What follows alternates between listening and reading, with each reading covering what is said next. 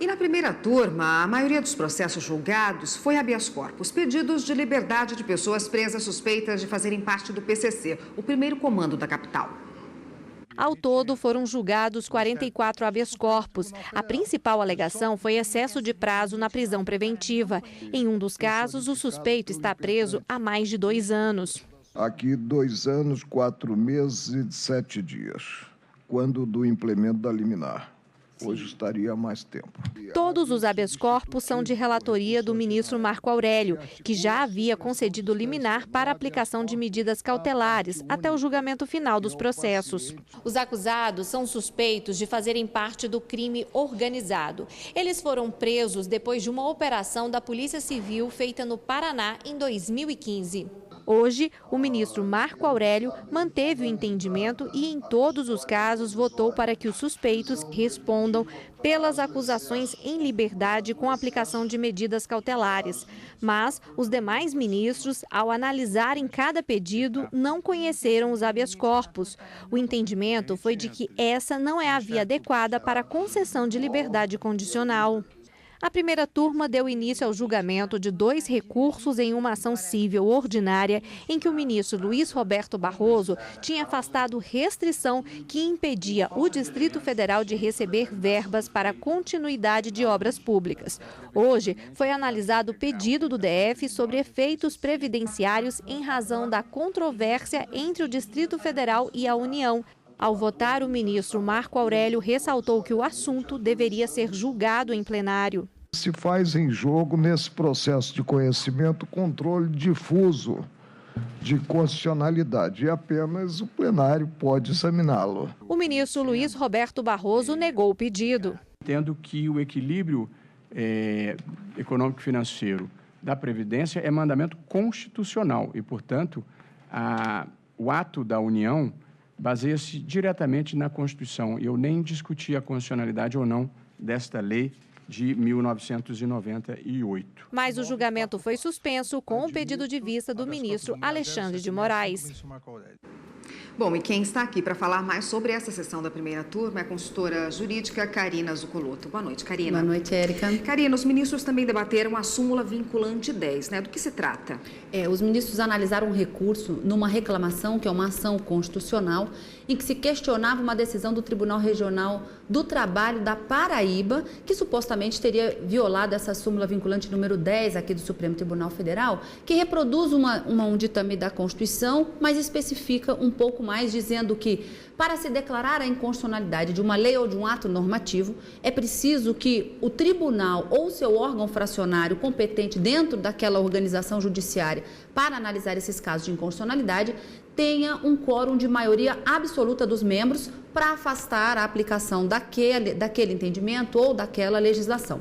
Para o ministro relator, ministro Alexandre de Moraes e o ministro Luiz Roberto Barroso, teria sim havido a violação da súmula vinculante número 10, a decisão do TRT, que teria proibido terminantemente, no caso de uma empresa pública daquele estado, a contratação de uma empresa, de um escritório de advocacia para a prestação de serviços jurídicos para alguns determinados casos.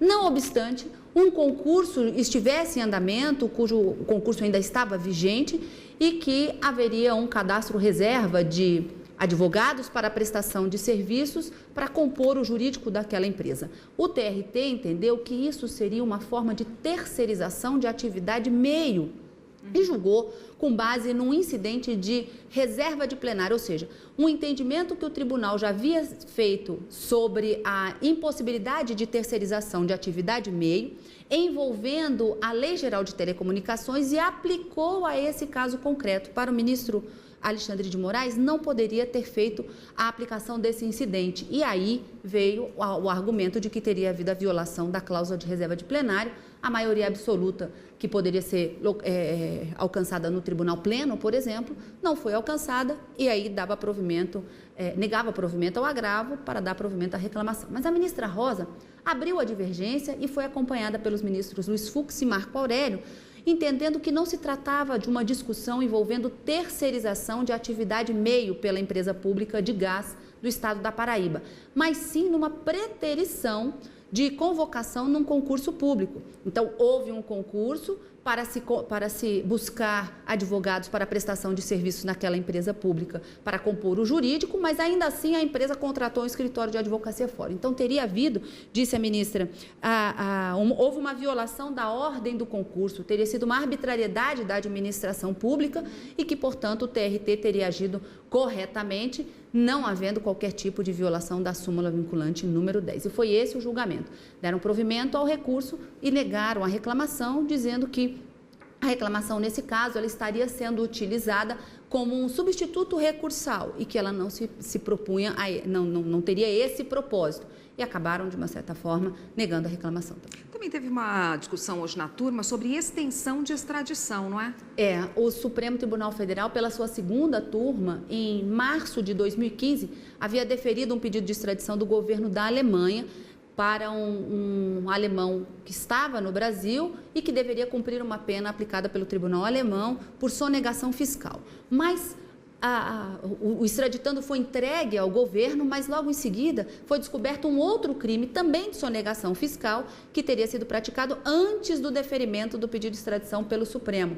E aí esse gesto e esse ato do governo alemão de pedir ao Supremo essa extensão foi muito valorizada pelos ministros, porque quando se entrega uma pessoa para cumprir a pena ou responder a um processo perante uma jurisdição de um outro Estado, o Supremo coloca, e isso faz parte do Tratado de Extradição, as condições para essa entrega. E não sendo aquele segundo pedido de sonegação fazendo parte do pedido inicial, veio esse pedido de extensão que acabou sendo deferido por votação unânime. Tá ótimo, Karina. Obrigada pela participação. Eu que agradeço. Até amanhã. Até.